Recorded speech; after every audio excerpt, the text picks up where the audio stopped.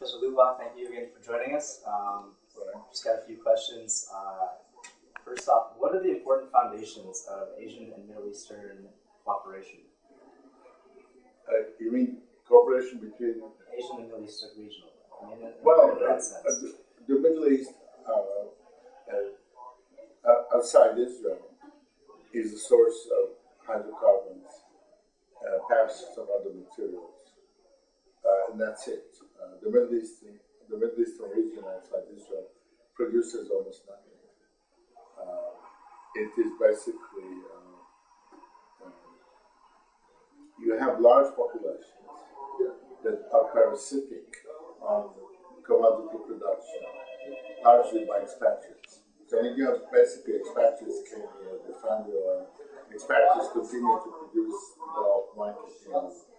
The locals play a very small role, but they have ownership over it, and they're parasitic. They're basically they extract and rent from. They're being landlords and so on. Of course, this is it's a situation of apparent privilege, which is a tragic situation for them because they're not involved in production, and they're not involved in development or anything else. So therefore, there is a kind of long-term dependence. Israel, of course, on the other hand, from an economic point of view, is only incidentally in the Middle East. I mean, geographically speaking, Israel could be in the middle of the Pacific or anywhere else in the kingdom. And so, what do you believe that China is an emerging power? Do you believe that they should take more responsibility in Middle East peacemaking? Well, the Chinese are firmly determined to exercise as little responsibility as possible for as long as possible. They fully expected that they will be kicked into the role of playing the role. They have, of course, they are doing things and have been doing for years, like, for example, contributing PLA military officers to UN truce enforcement, and they're perfectly willing to get into the peacekeeping business.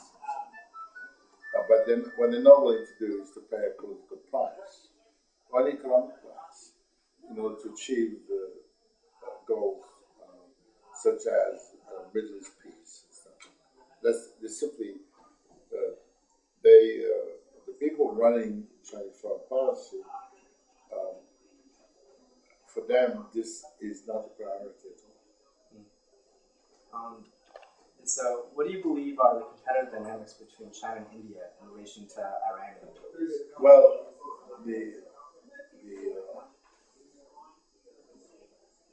the Chinese and the Indians both have particular different relations with Iran.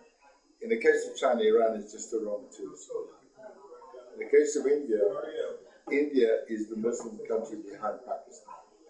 Historically, in tension with Pakistan, and tension which has also been increasing in the last decades because of religious reasons.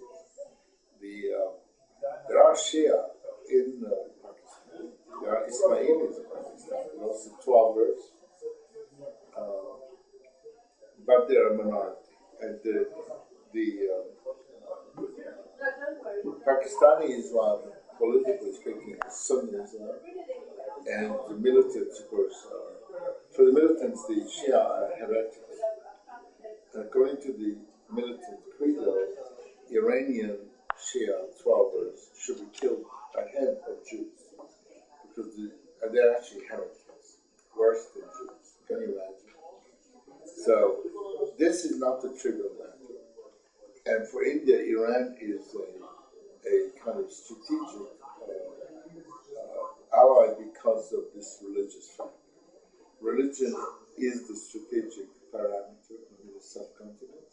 It defines the borders of the subcontinent. It defines the outcome of its wars. And so this, for the Indians, this is it. For the Chinese, Iran is only a raw material supplier, and they're perfectly willing to dump the Iranians if it suits them. At the present moment, the Chinese insurance companies have just stopped insuring oil cargoes from Iran, and in a way that shown completely different.